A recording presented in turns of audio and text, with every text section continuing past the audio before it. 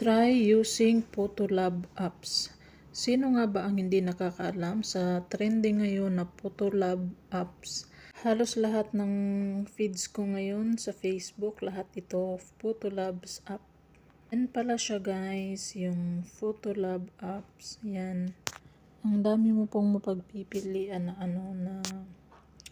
na mga pictures, mga na pwede mong i-edit yan. Mag-try tayo ng isa, yung parang Barbie. Tapos yan, maghahanap ka ng picture kung anong i-swap mo. Tapos yan siya. Click mo lang yung arrow at yan. Yan na po yung result niya. Tapos yan may nakalagay na Start 3D Free Trial. Wag na wag nyo pong pipindutin yan. Kasi dadirect po yan sa sa GCash nyo magkakaltas. Bago mo ma-download yung photos na ginawa mo, mayroon pa silang pa-ads. Kailangan mo yung panoorin yung whole ads. Saka mo makikita yung result. Save mo lang siya to device at yan, masisave mo na yung inedit mo dun sa device mo. Tapos yan siya, nakalagay. Yan. Dito ako nadali sa 3 days free trial. Nung napindot ko yan, direct agad siya. 450 yung nabawa sa GCash ko. Kaya, doon kayo pumunta sa taas. X nyo lang muna.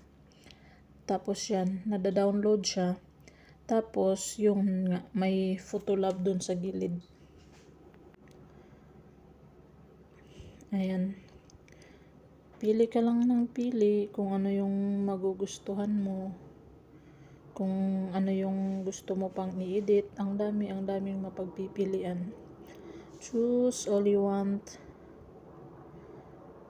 Yan. Try pa tayo ng isa.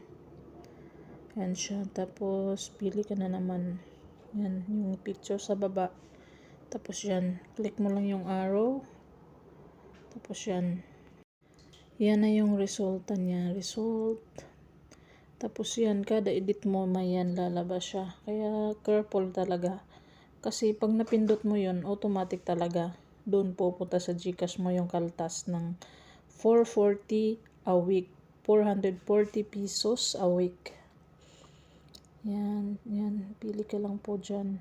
Ang dami pong pwedeng mapagpipilian. May lalaki, may babae. Pwedeng.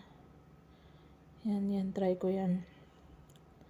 Tapos, pindutin mo uli yung yung picture na gusto mo. Tapos yan sa edit. Click mo yung arrow. Yan na po yung result. Tsada. Tapos, pili tayo ng iba. Yan. Sa asawa ko naman. Yan. Click mo lang yung arrow. Tapos, yan. Parang, yan po. Ito pala yung receipt ng Google Play na 440 pesos a week. Yan siya. Kailangan nyo lang pong i-cancel kasi magkakaltas po siya sa GCash every week. 440. So, yan po yung mga na-edit ko na. Ano sa tingin nyo? Worth it ba yung 440 a week sa Photolab? Comment down below. Bye-bye. Para akong dyan.